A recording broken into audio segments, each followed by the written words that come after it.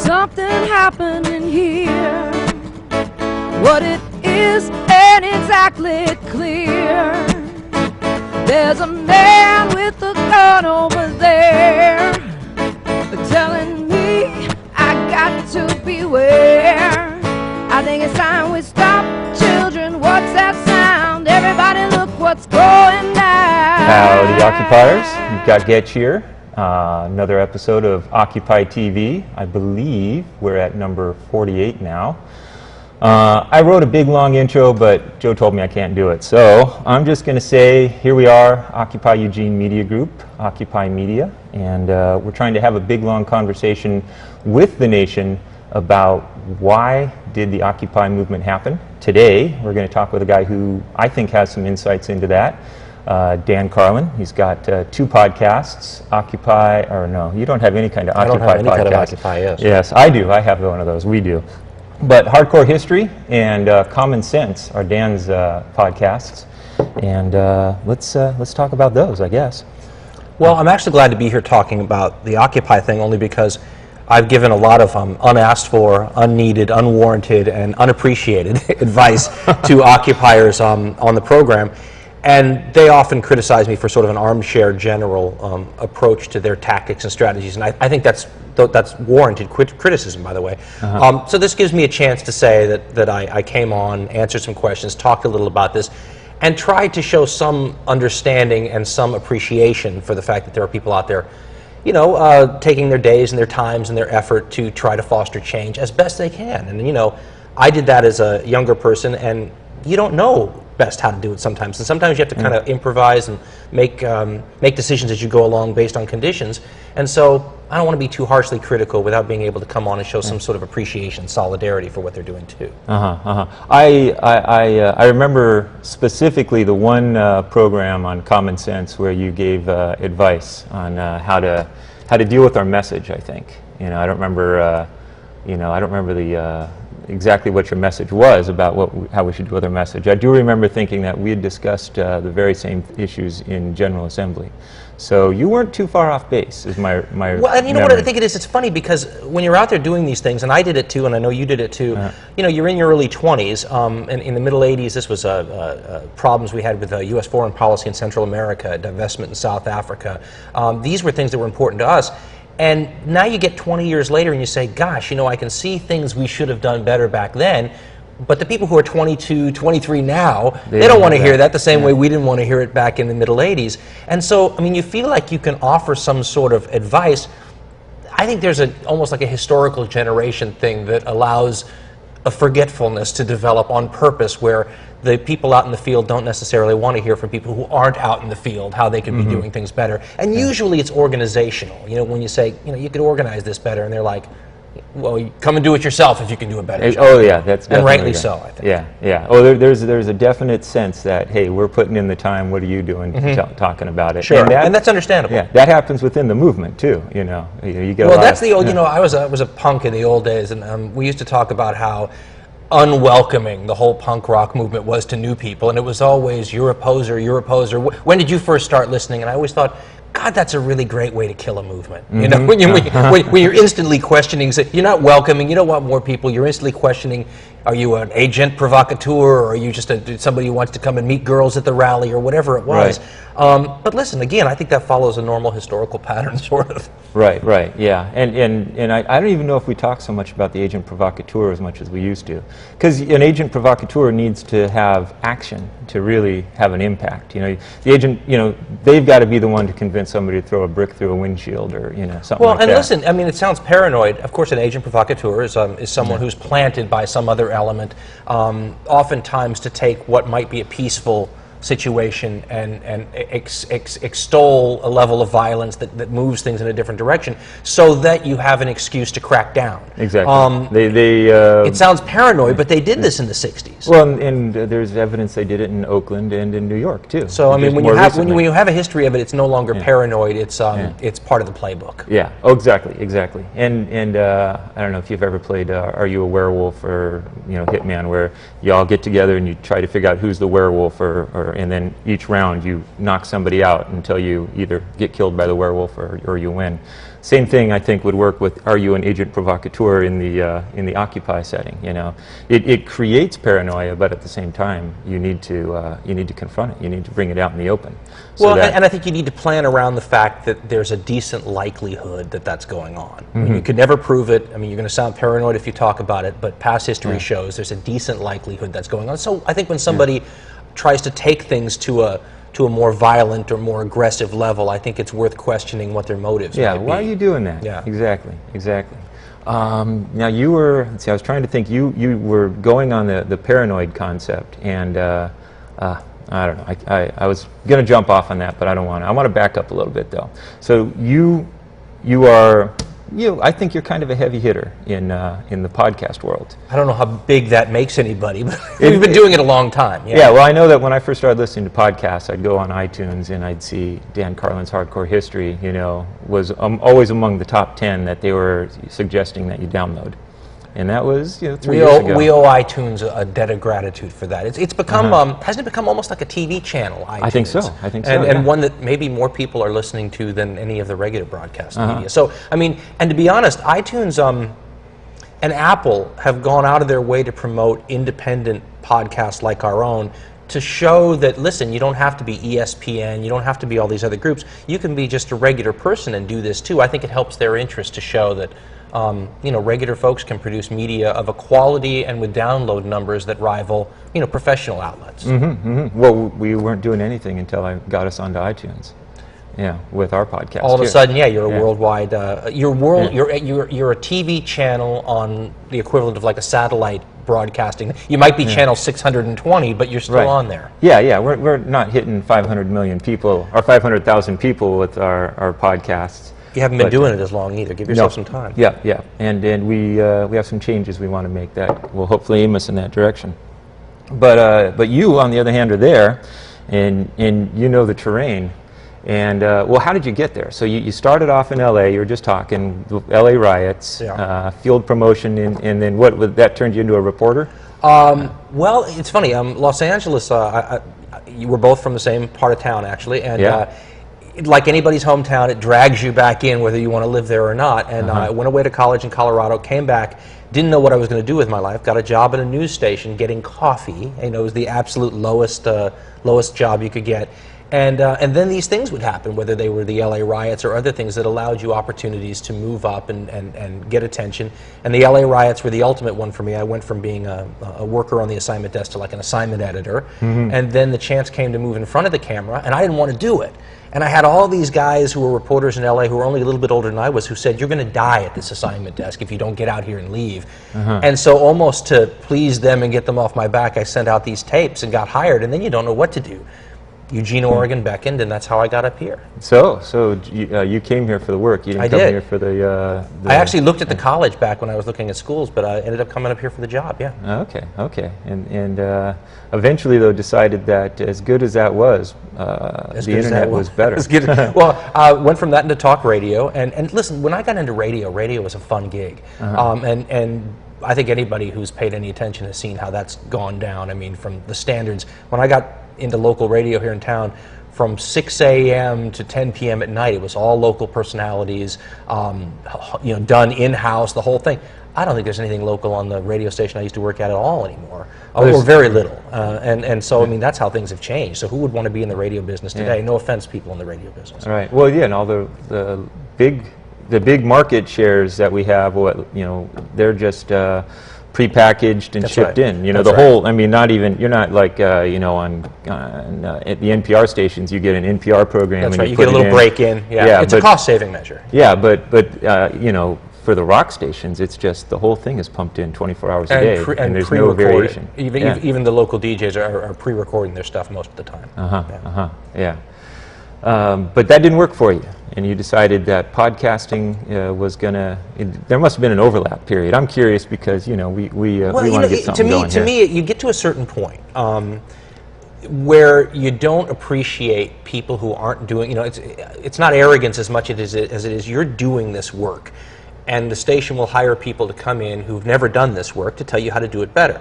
If you run an auto plant and you bring a consultant in to tell you how to do it better, I bet they can do a great job. When you're doing any kind of work that requires art or artistic talent at all, to have someone come in and tell you how to do it and then just basically tell you to imitate some other guy who's doing it, that becomes something you don't appreciate very quickly.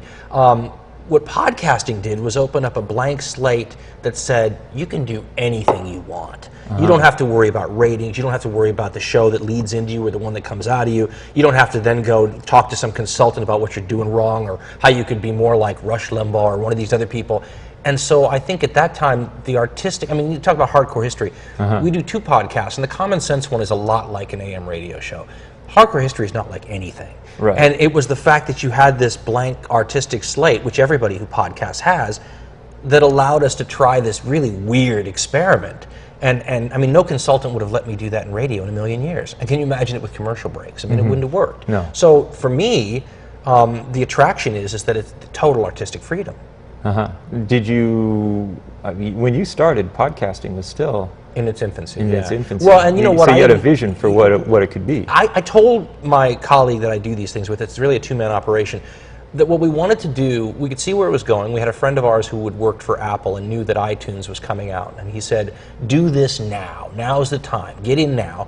And the plan was to treat it like an Oklahoma land rush, where, you know, knowing everybody will come eventually, we were going to go in, stake our little piece of land, and then when ESPN and all those other people inevitably got in, we were going to try to hold our little piece of territory. What ended up happening is when all those big outlets started doing podcasts, which they just used mostly as a distribution vehicle for their regular programming, another way to catch Sports Center. More listeners. Right, yeah. but then they would advertise, hey, you know, check out our podcast, which in a sense helped every other podcast, because once you download your first one, you're a podcast listener. That's right. And you see how easy it is. Then you start downloading other things. So every time ESPN or any one of these other outlets would say, hey, catch our blah, blah, blah podcast, we knew that they were just adding potential listeners for us too. So we wanted to defend that little Oklahoma land rush piece of land we got in 2005 or whenever it was.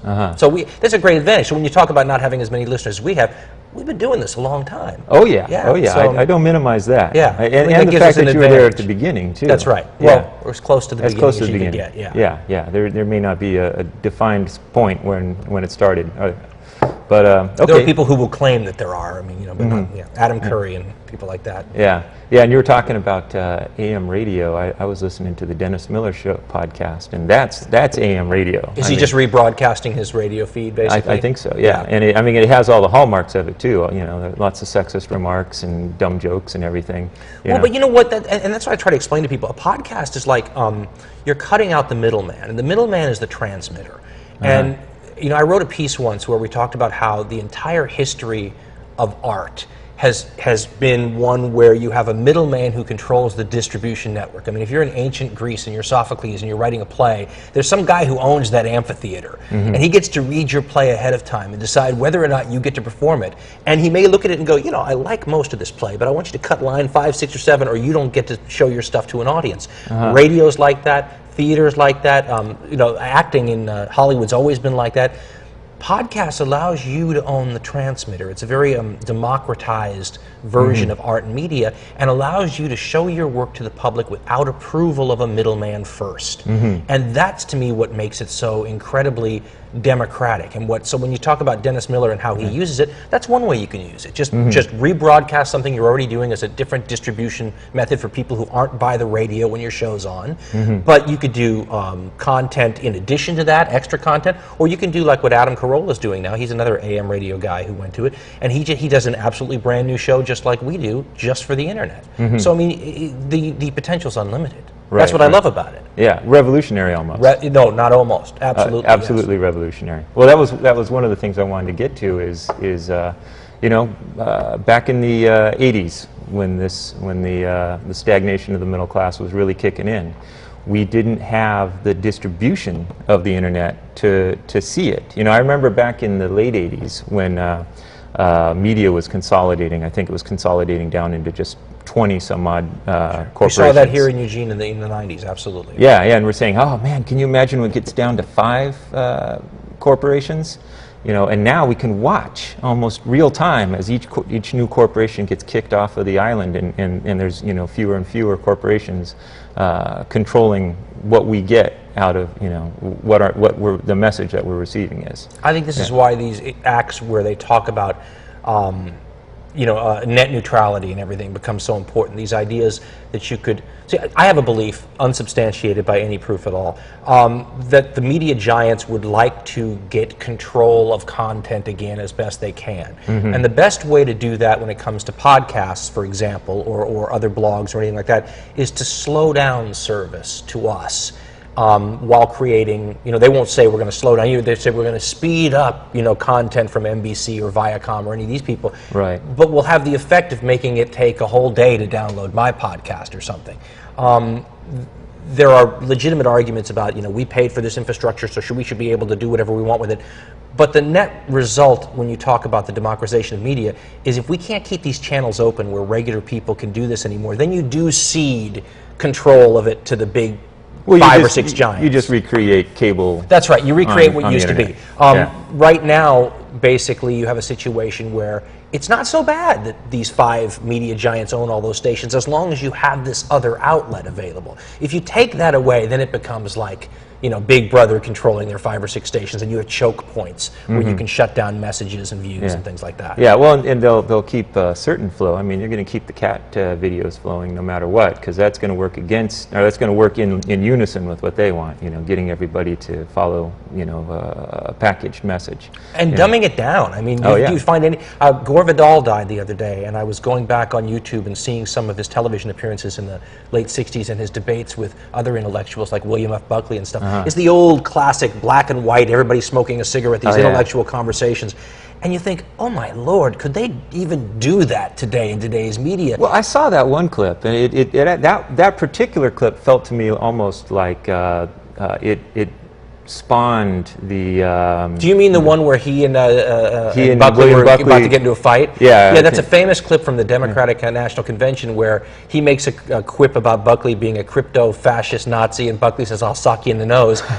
That is as wild as TV got back in those days. And you're right, it's almost like that's the proto-crossfire approach exactly. That came out. Yeah. But that was an anomaly. Most of the time, you could have these really deep intellectual conversations that you just literally can't imagine television producing these days anymore. Because every time somebody says something that's kind of intelligent, they're endangering some advertisers' market share, Well, and listen, I've dealt enough with these people where they literally have a legitimate belief that people can't follow it. That they just that you're screening out huge numbers of people if you try to be intelligent. But it's a chicken and an egg thing. I mean, we're just going to make people less and less intelligent. I mean, if you had more of that intelligent stuff, more people would bring themselves up to speed. The more you dumb it down, the more it becomes a self-fulfilling prophecy that they can't handle anything but dumbed down content. So eventually you move, dumber and dumber and dumber, and then if you gave them something intelligent, they wouldn't know what to do with it. And we don't know what to do with it is the trouble. We don't, we're getting all this stuff, but we're not used to having the freedom to get the information we need, I think, still. Most people, the Occupy movement, Arab Spring, Tea Party. Well, no, not the Tea Party. I don't think the Tea Party has been quite an internet phenomenon as much. It was more of a Fox News phenomenon, I feel like. I have to tell you, and I get a lot of flack for this, remember, the Tea Party was really 2 different things. It started off as one thing, and then became the best example I can think of in the last 10 years of a movement being co-opted, which I think Occupy was in real danger of at one point as well. You remember, very early on, there was a lot of Democratic politicians flocking to the idea, and then when that edge appeared, you could see them back off because they don't want to be anywhere near anything edgy or anything. The people that support their campaigns. I mean, the Occupy people aren't the ones giving Nancy Pelosi and Dianne Feinstein a lot of money. The Tea Party group literally got co-opted, and you can tell because so many of the people that were involved initially, there was a very libertarian edge to it and a very anti-corruption edge to it, dropped out and just said, this isn't what we paid for, and all of a sudden you saw the Fox News crowd and everything move in, and talk about a movement being dumbed down. I mean, totally. But that's the absolute epitome of a co-opted movement, and that's the traditional way a 2-party system tries to put the lid on these insurrection movements from their own right and left. Right. Is you just go in, you co-opt it, you say, hey, you're our people, and all of a sudden it becomes vanilla, and then it just becomes a wing of a party after a while. Well, and after the Tea Party was born, there was a sense, when does the left get their Tea Party? That's right.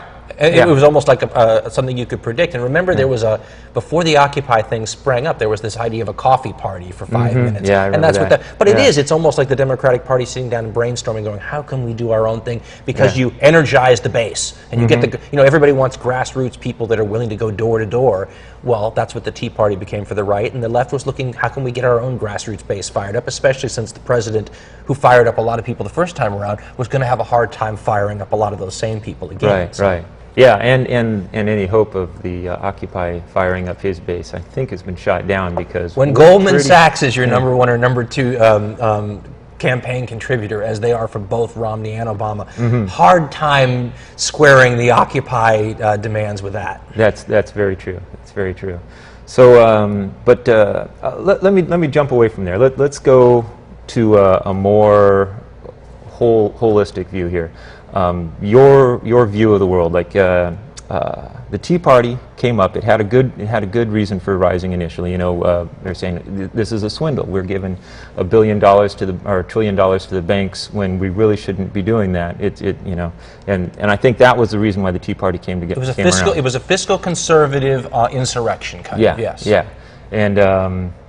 And then when we had the Arab Spring, then we had Wisconsin with Scott Walker trying to kill the unions. That's right. And everybody rose up around that. And then we have Occupy. They're all coming from something, though. There's something. We use it at the beginning of our TV show. You mentioned it on a podcast. There's something happening here. Right. What it is ain't exactly clear. The old Buffalo Springfield song. Yeah. Yeah. And it's funny because. When you talk about history, which of course I love, and I think you have an attraction to history as well. Yeah. It's so different looking back on things because you can't put yourself in the time period where people don't know how things are going to turn out. And part of what you can't tell is the lay of the land.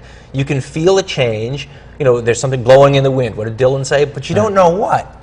And so I think now is a perfect example where you see so many people unemployed, which is a catalyst. I mean, I remember doing a show here in Eugene, a radio show, and I was wondering why people weren't getting out and protesting the free trade agreements, which, let me just tell you, nobody cared about. I had Peter DeFazio on my radio program, and we were sitting there talking about these things before they were voted on, and I had every commercial break, the station manager would come in and say, stop talking about this. Nobody's calling, nobody cares, and nobody cared. It was 5 years after it passed, and all of a sudden you got these, New World Order people protests. started realizing what happened. But when the vote's going on and you can actually make a difference, nobody gave a damn at all about those kind of things. Somebody called me up and said, listen, this uprising you want, Dan, these demonstrations don't happen when people are fat and happy and the market's doing well and everybody's got enough to eat and all that and football's on. They happen when people can't feed their children, they can't see a future, they are out of work and those kind of things. Well, fast forward to now, and that's starting to become a reality. So all of a sudden, people who could not be troubled because life isn't that bad to get up off their rear ends have a reason to do that. This is a wild card. Historically speaking, when you look at the 30s, for example, it's when times are really tough that you don't know what's going to happen, like we said, but it becomes a wild card that creates opportunity. Now, it can be a good opportunity, or you could look at what happened in Europe in the 1930s and see how that can be a double-edged sword. Right. Now, my paranoid instincts wonder if it truly is a wild card, though, because when Patriot Act was being passed back at post 9/11. Something else people didn't get upset about enough at the time. Incredibly, because that was really obvious, I felt. And for the people who were upset about it, it seemed really obvious. But yeah, it went flying right on by. And gets re-upped every time it comes up almost unanimously. Even though it had written into it that this is an extraordinarily uncommon thing that we're doing, and when they wrote it, we accept that this goes against all of our principles, therefore we're going to put an expiration date on it. That's right, a sunset clause. Yeah, but that didn't happen. Peter DeFazio actually told me, I hope Peter's not watching, he said that there were lots... I hope Peter is watching. He said that there were lots of, and that this is not uncommon, that there are lots of parts to be filled in later in all these kinds of things, and when you vote for these things, you're voting basically that it's okay. I give permission to have these specifics filled in later. Well, my goodness, when it's something as groundbreaking and as Orwellian as, I mean, just calling something a Patriot Act, just calling something Homeland Security, yeah. I mean, that's like a bad Star Trek episode from the 60s where they're trying to, you know, bring black shirt and brown shirt Gestapo into some U.S. country or Rome country and trying to make it all work. I mean, this is like a little Orwellian dream, and it happens so slowly that to even say that, you know, there was a line from a historian, and the line was that to be considered a dangerous radical these days, all you have to do is go around spouting the slogans of the Founding Fathers. That was Charles Austin Beard that said that. And that's true. You'll get yourself on a watch list now if you start spouting Thomas Jefferson stuff around town. How weird is that? Yeah. But it's a frog in a hot water thing. You don't realize how slowly these things happen, and then you turn around and it's different. And that's the point that I'm wondering about when I was asking if is it really unforeseen? Is this really a wild card? Because as they're cranking up the heat, as the corporate media and you know, the oppressive government, whatever we want to talk about, the corporate government, as they're cranking up the heat, they know eventually it's going to get to the point where that frog either has to jump out or fry, and something has to happen at that point. You know, because we can't all jump out. We're not all going to get fried. So we are going to be responding.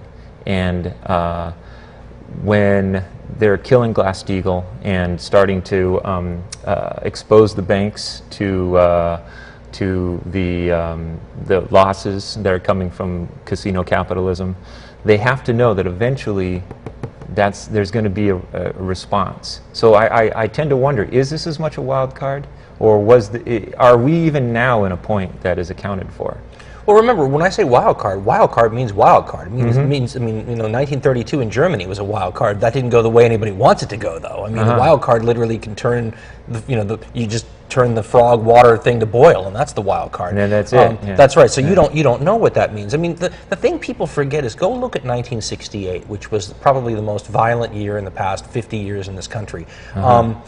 There were riots and police brutality, or whatever you want to call it, at levels that we couldn't believe today.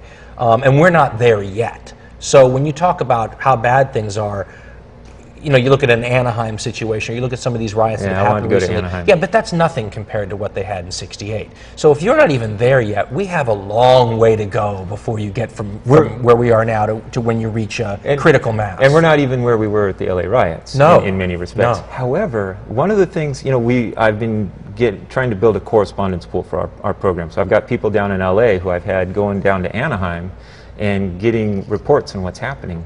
And they're telling me, and I'm seeing it on YouTube and everything, that we have cops out in Anaheim who they'll have police written on their jackets or whatever, but they don't have any insignia that shows what their jurisdiction They're wearing is. camo too, which is always, I mean, this is odd. military gear. Yeah. They're carrying AR-15s.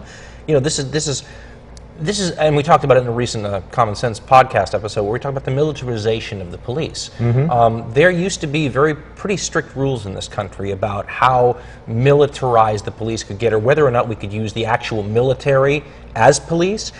But when you blur the differences by creating a police force that you can't tell a whole lot of difference between that and the military, when they're coming in with armored vehicles, then you don't even have to worry about bringing the military in. You've just turned the police into something that's more of a paramilitary force. Then posse comitatus is yes, no longer a big deal. Yes, the Posse Comitatus Act. Well, and I think they basically repealed that parts of the Patriot Act. Or we have, they have. But I'd like to point out something different, because I don't want, and I think this is a problem I tried to talk about with the Occupy folks, and they didn't want to hear it very much.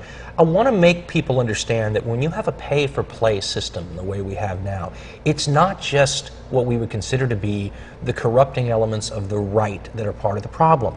And this is where I feel like the Occupy movement falls a little flat. The left has its own elements that warp the system too, and by not acknowledging that, you create a divide that doesn't allow the Occupy people to unite with the people on the other side of the political spectrum that are just as upset about the corrupt system as they are. I mean, if you look at who the top contributors are to the major politicians, yes, they're Goldman Sachs, but they're also public employee unions, you know, Scott Walker and that thing. I mean, that's crazy, but it's not crazy to notice, if you're talking about money warping a system, that it comes from all sides. Now, this may be a chicken and egg thing. You may say, if you have a pay-for-play system, system, unless you want to get steamrolled by the opposition, you got to play and pay. At the same time, if you say we want the corporations' money out, but we're not going to say a thing about the unions, you lose all those people who are just as upset about a corrupt system on the other side. We interviewed Green Party candidate Jill Stein in the last conference. And she understands, and so did the Libertarian candidates we interviewed before her, that if third parties and independent candidates are really going to make any headway in this country, they've got to unite over the fact that the bloody system is corrupt. And you have to fix that. And we can argue about the specifics once we have a clean system. Because if you don't, it doesn't matter whether you win or lose on your specific issue du jour. The system's not going to translate that into what you want anyway, because it's the corrupt problem. You have to fix that, which most people can, you don't get a whole lot of Americans saying, no, I'm for a corrupt system and I'm voting for people who will keep the corrupt system. We all want a clean system. We can argue about what we want that system to do after we clean it up. Right. Now, three directions I want to go in, so hopefully you can remember all three of them. I'll try.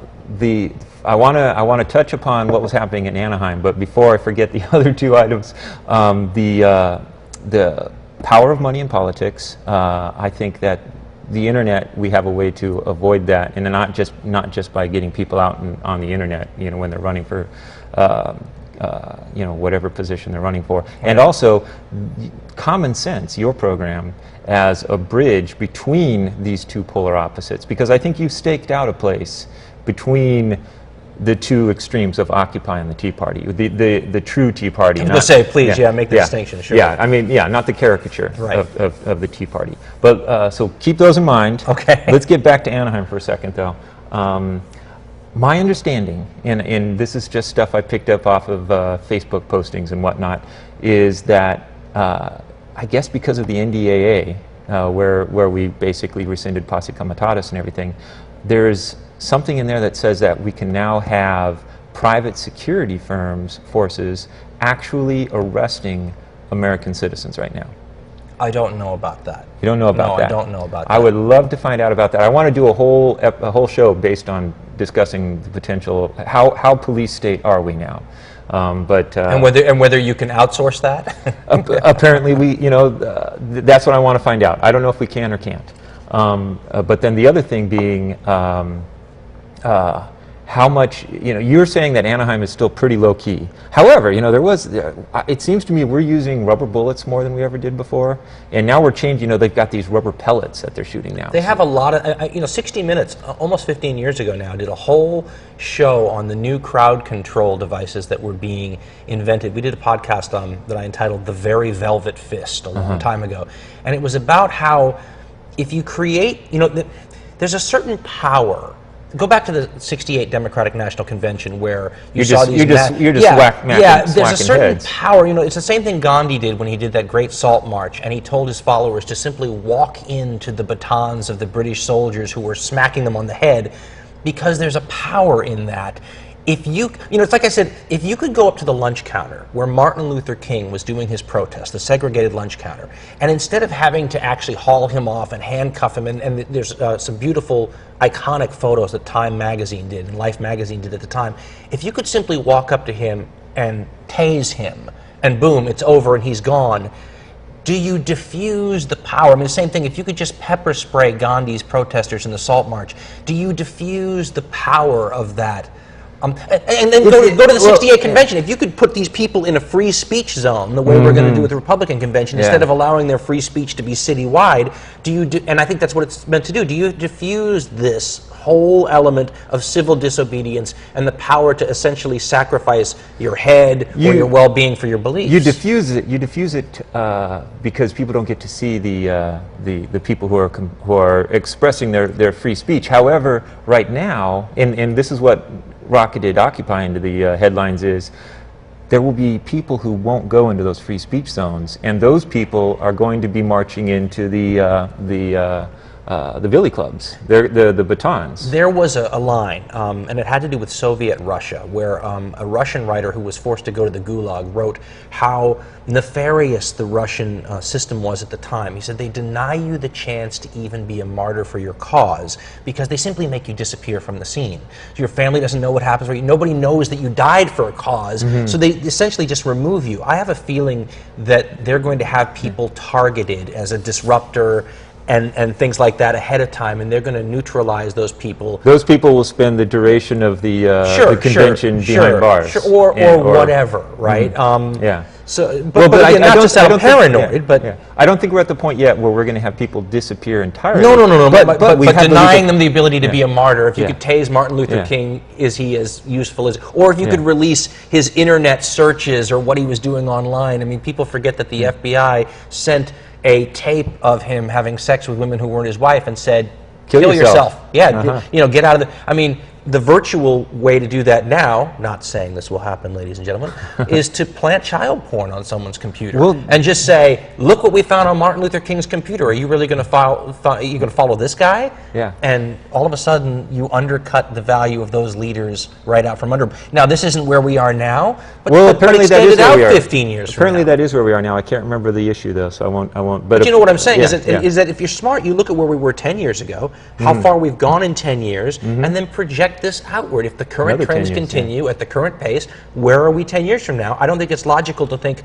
we're going to go backwards and repair this damage. I mean, I think things have to. The 1970s is proving to be the high watermark for this country in terms of opening up the government, examining. They had the Church and Pike Committee hearings where they literally opened up the CIA files and showed what things were going on and issued reforms. I mean, the whole FISA law and everything stems from that date. That's proven and that environmental President Nixon back then. You know, isn't that amazing? Isn't that amazing? If you'd have said that, Hunter Thompson actually said that today Nixon would be considered a centrist and he'd vote for him. I mean, there was no bigger enemy to Richard Nixon than Hunter Thompson. Right, so I mean, it gives you an idea of how things have moved in this country in a different direction. And I think, like I said, I think the original Tea Party people noticed it. I think the Occupy people noticed it. And I think if you alienate any of these potential groups out there by, you know, it's like the Occupy people when they get too into the wealth disparity. I feel like you're gonna rule out a lot of people that like the idea of getting rich and all these other things. When what we really want is a clean system. This is true. Yeah, you know, and so don't peel off any potential allies in this thing, because we need all the Americans if you're going to actually make progress against a machine that's got all the impetus in its favor right now. All right. So given that lead-in, I want to talk about common sense as the bridge between these two polar opposites, because I agree.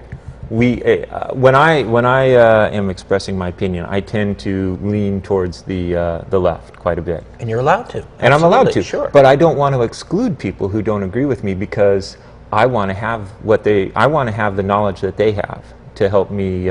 If you talk about we the people, right? The people is a very broad group. With a wide variety of opinions. And they need to feel, I mean, I always say that the more that you alienate the other side, the weaker you become, because you need them too. I mean, there's a real belief out there that we are kept divided. And we're kept divided over these issues of the day, which are really important specifically. I mean, take the issue of the Chick-fil-A homosexual comments that are out there recently. Of course, this is important stuff to people. But it's another thing to keep us from focusing on the really big issues. We can fight about that later. Right. You know, I mean, there are people that are laughing that we're fighting over that right now, and happy that we are, and making money out of that issue. Well, isn't that what the abortion issue is all about? There are all these wedge issues, which are actually, you know, they're important. Gay marriage, yes, but they're important. I don't want to dispute that. But you've got to have a triage of importance. There are people in this country, I won't mention any names, who are professional dividers, who make millions off of dividing Americans by demonizing one side and the other.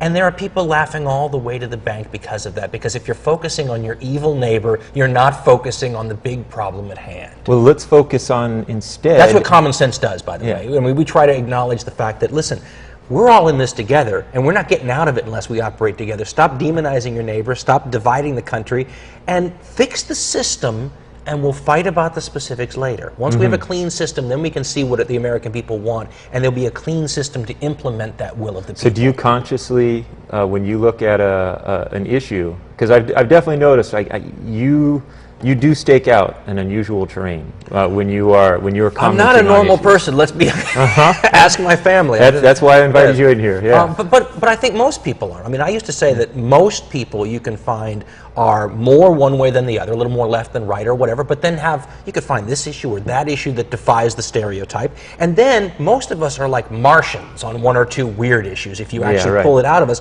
And those are the ones we try not to mix up with That's everybody right, else. but that's Yeah. normal. And, Right. and I think this attempts to put us into boxes and then demonize the other side, again, is all part of this divide and conquer. We have two parties. Anything else is fringe. I mean, and I think people get caught up in this so much. I went on the Young Turks program, and the guy who hosted that could not believe that I wasn't a closet something. And we spent the whole show with him trying to divine what I was hiding. And finally, by the end of the program, he was just confused. And I thought, why is this so hard to understand that you actually might not fit into one of these boxes and that that's okay? Well, the majority of us don't fit into those boxes. That's right. And that's we're trained to think that we do. Right, yeah. And so I think that's one of the things that your program is accomplishing, is pointing out that, you know, there is no hardcore left and right. There's just a whole bunch of people mixing it up, and yeah, it's all that interlap area, which is the important area. And remember, the left and right, those are holdovers from the French Revolution. I mean, we're talking about Yeah, a world that's changed over 12 times since then. I mean, we're using terms that don't mean what they used to mean anymore, that go back. I mean, the baby boomers are absolutely stuck on these terms because they define themselves. You know what a totem is from like Psychology 101, right? Elvis wears a leather jacket, so I wear a leather jacket, and that's who I am. Well, I'm a Democrat or I'm a Republican, and this defines so many things about me. These things are not what we think they are anymore. I mean, to be a Democrat now, is that really the same as it was in 1968? I mean, it doesn't mean what it used to mean. To be an occupier is another totem. To be a Tea Partier is another totem. We're Americans. We need to acknowledge that, and we need to realize that unless you grab that person who thinks 180 degrees differently than you do, lock arms with them, we're not fixing this problem. And that's Goldman Sachs' biggest fear. Yeah, right, exactly. That's kryptonite right now, see? So that gives, we have 16 minutes. I want to talk about your crowdsourcing plan. I want to talk about the democratizing of the media, I guess, would be the way to, you know, I want to talk about how are we going to marshal the resources that are given to us because of the internet, and really it's largely only because of the internet. Those forces that are available to us now, that we can find a solution from within that large body of brains. Here's where it came from. It came from my own inability to come up with what I call B. I can define where we are. I'm pretty good at, you know, if I'm good at anything, it's telling you what things are like now. So I can talk to you about A. Here's the problem. And there are a lot of people who've come up with good solutions, which I call C. I mean, they come from the left, they come from the right. There's lots of ideas. But how do you get those ideas implemented? We have a system of government run through intermediaries, right? A Republican system of government has middlemen. If the middlemen are the people benefiting from the system the way it is, how do you get them on board to change a system that they benefit from? It's like asking the fox to redesign the chicken coop to make it harder for the fox to get in. This is what I call B. After I interviewed all the presidential candidates from the third parties and independent groups, and I asked them the same question. I said, I understand you've got ideas to fix things. How do you implement them? And nobody had any ideas for how to get past that barrier about a corrupt legislature that you then have to get on board to reform things. Nobody had an answer. And so I thought, well, okay, then this is the problem. The problem isn't coming up with solutions. The problem is coming up with implementation measures. And that was my idea originally, to go get all of the different the Young Turks hosts, Andrew Napolitano, Glenn Greenwald, Matt Taibbi, all these people and their audiences, not just these big brains, but all this massive brain power in the people that follow them. They're all working in their own little nodes. I thought, well, what if we could get these people together and start focusing on B? That did not work out as well as I wanted, so we've tried to do this through some other methods. Even if I don't do this, I would love for people to come together over this idea of implementation, because it seems to me that this is what's stopping us. I read all the time people coming up with solutions, and there's 20 good ideas for fixing this. We can't implement them. We've got to come up with a B, and that's what I wanted to get a lot of different, you know, what did John Lennon said, 1,000,000 minds are better than one? That's what we need. We need the American brain power. You know, remember when they were working on the SETI program and everybody was having their computers linked together so you could maximize the computing power to work on this? We need to maximize our collective brain power to figure out how to implement something over the heads of the governmental middlemen who don't want this. You know, a Republican system by default shuts down views from below that threaten, for lack of a better word, to use the old Ronald Syme line from history, the oligarchy. And the oligarchy isn't one group, it's everyone who has the ear of government now and who wants to keep it that way. How much money are you giving to politicians? How much money am I giving to politicians? The left gives money, the right gives money, but poor people don't give money. Middle class people don't give enough money to be noticed. We're the ones who can't get reform passed because we don't have the ear of the legislature, right? And if you promote something that will make it harder for the people who are currently elected to get reelected, they're not going to be very excited about that reform. That's the B we have to solve, implementation. So we have to get through the membrane of the government. That's right. And right now, any laws you pass through that corrupt membrane become corrupt. Or they, you could pass all these reform measures and they will end up, by the time they get through the corrupt membrane, with loopholes or with no money for enforcement or whatever it's going to take, to please the people who actually give the money. So that's why I say don't argue the gay Chick-fil-A issue, don't argue abortion. Until you fix that corrupt membrane, it doesn't matter what you get passed. It's not going to be what you think it's going to be. All right. Now, I had thought that your search was for how to marshal the brain trust. It is. But to fix that problem. To focus on a specific thing. How you get the reform ideas passed. And That's remember, a any challenge. good reform idea is going to upset the Democrats as much as it's going to upset the Republicans. And people forget that. I'm not even willing to look at the Democrats and the Republicans. That's a mass. That is a single mass that we have to overcome. With many of the same contributors. Yes. Well, almost entirely all the same contributors. Well, and I think if people, and I get this a lot on my discussion board, where there's, now that the election's getting close, you're seeing people come out and saying, well, yes, Obama's made all these mistakes, but he's better than Romney. This is the poison.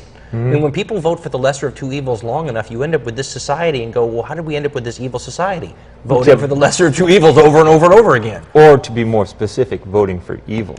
And you know what? Let me empower people for a second, because there's one thing people forget, and it's so simple and yet so unimaginable at the same time that it blows my mind. If we simply voted differently, we could change this. It's that easy and yet that impossible to imagine. If we all decided in one election that it's all a waste, we're all going to vote for some third-party candidate who promises to fix the corruption, we fix it. Well, or at least we start the process. We start the process, And that's actually within our power and unimaginable at the same time. Yeah. Well, and there's your wild card. I'm pretty pie in the sky, but I have a tough time imagining if we were to get a third-party president in, it would do anything more than be like Jimmy Carter, Well, but you know what? Because then it all stops as soon as I talked to Jill Stein about happens. this recently, and this is what it truly is. You need somebody, and the president can do this, who gets up and calls people out. They may not get any legislation passed, but they can turn around and say, by the way, Tom DeLay, who's not in power anymore, but Tom DeLay is blocking this bill, and he's getting money from Exxon to block this bill. I want you to call him right now. Here's his phone number on the screen. You literally call these people out. Forget that decorum that we have, among senators. You get up there and the decorum is also a way to control. That's right, but you get up there and you go Lyndon Johnson on them, but not privately to the public on television, on the internet, and you can do. She said, being able to simply get the news out there, tell the secrets. I mean, if you get out there and start spewing secrets, you will freak everybody out, and that right there will be a vast improvement on what we have now. Right. Yeah. Okay. So this is a little bit different than I thought you were heading with this when you put it out. Where did you think I was headed? No, you were more specific than I'd been reading, what you have on your boards and everything, but I didn't realize that, and I didn't listen closely enough to your program that it's all about the membrane. Had to have me on the program. Had to have me on the program in order to talk to you about it specifically. That's exactly. Right. Yeah. So how do we get all those people together is the question. And what I'm finding through Occupy is those people are already there, and we still have a pretty small program, but we have people who are excited to get in touch with us and cover issues and let us know what's going on. Like I said earlier, I've got people down in Anaheim who are telling us this is what's going on. We had people on the streets when NATO was in Chicago telling us what was going on. So when you were putting it out there, you were talking, go get the pundits and their listeners. And what I'm saying is, go get the listeners. Don't worry about the pundits. Well, and I want you to know once you have the listeners, the pundits will follow. And we are doing that. And to be honest, we get so many, and a lot of them are Occupy supporters, people who listen to these programs and then contact me and say, I have this skill set, that skill set. What can I do to help? And send them to me. Well, I was going to say, to my terrible shame, I don't always know what to tell them. Send them to me. I'll send them to you. But I mean, they'll say, I'm willing to help. What can I do? this is part of the problem. I don't know. I mean, one of them started a Reddit subreddit page for us. I saw that. Yeah. Not working out as well as I would have liked, though. I mean, every time I contacted all those people I mentioned to you earlier, only Glenn Greenwald got back to me.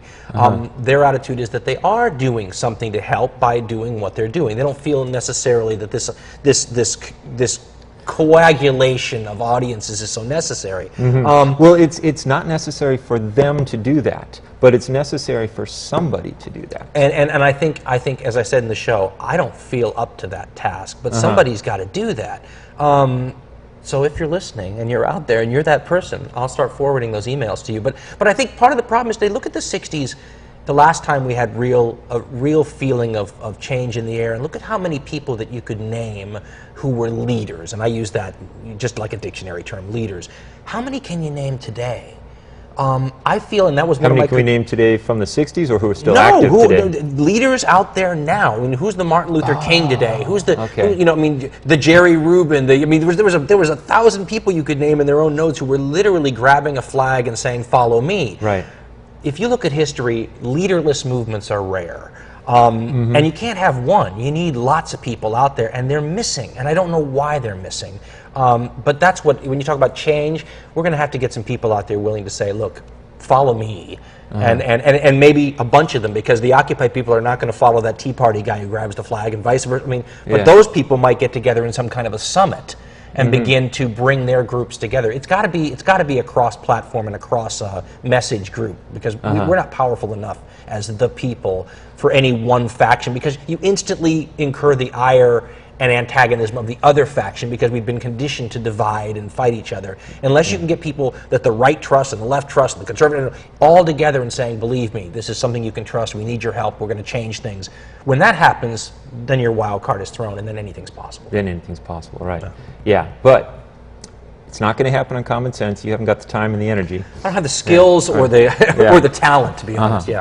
But it has to happen somewhere. I mean, there has to be a central place. You know, we can start marshaling all of that brain power. We can start, getting a little bit of each person's brain, reserved for solving this problem. Just like when we're searching for, with SETI, we can get a little bit of each person's brain coming out to solve that problem.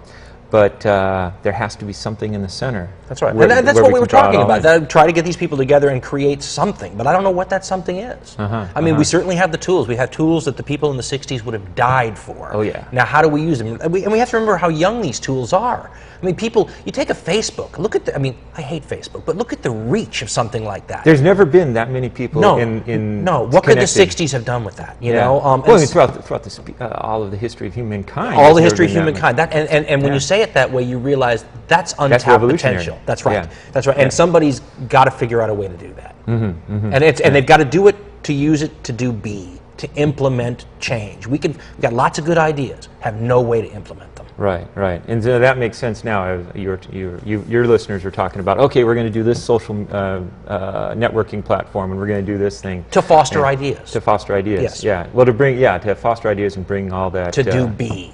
To do B, yeah. Right. A is clear, we're all living in A. We all understand just how screwed up things are. And a lot of people have, I mean, I've heard constitutional convention ideas for C. I've heard voting changes for C. I've heard campaign finance changes for C, all of which sound great. How do you get any of them passed through the membrane, as you called it? Right, right. That's what we need to work on. Do we need to avoid the concept of getting things passed?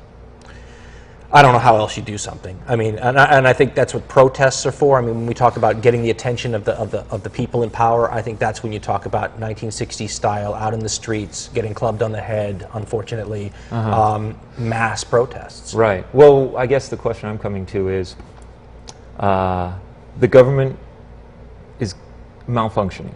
At broken. best. I like saying broken. Yeah. I didn't want to go so harsh. Okay, it's broken. It's broken. The government is broken. It's not working. So getting things passed and into that government, that's like throwing a bunch of baggage into a broken truck. What's the alternative? That's what I'm trying to find out. That's what I don't understand. I don't think we can't vote for evil, but that's all we have. That's all we're given to keep restocking our government with.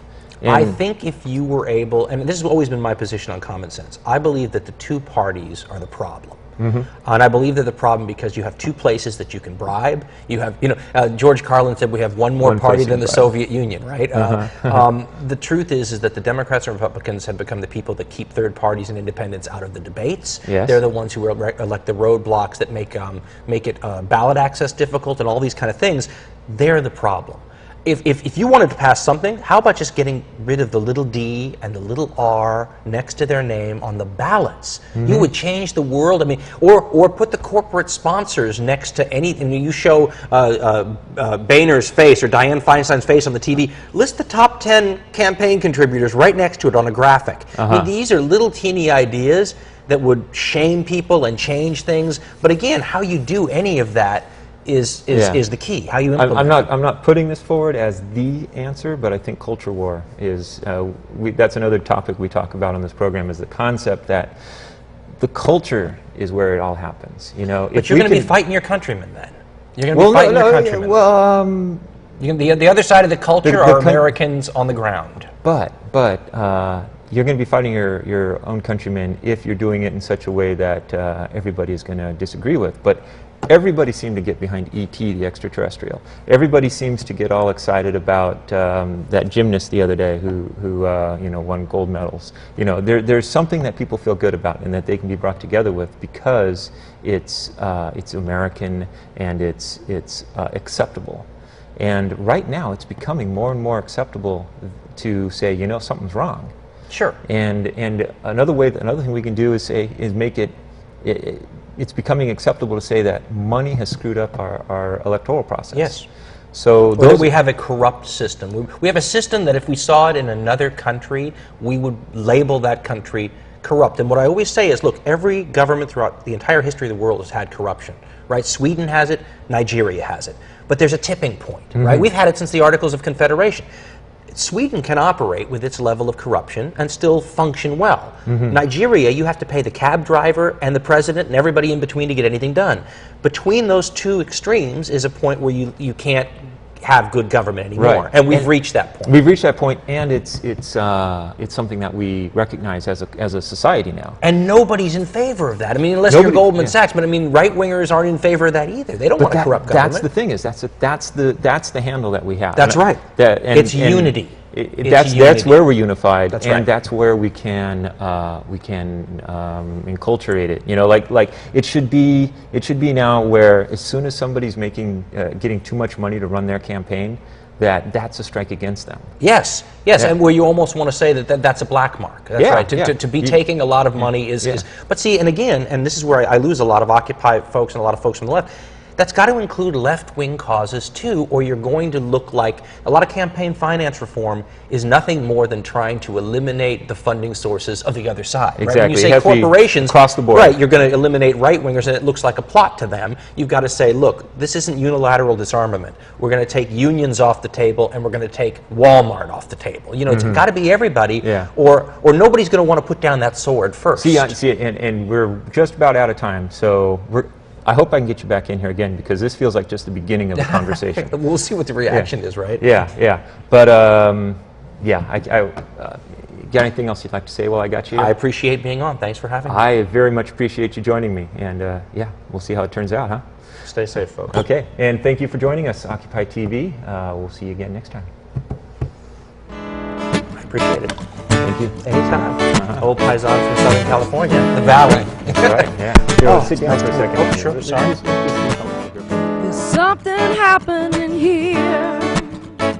What it is ain't exactly clear. There's a man with a gun over there telling me I got to beware.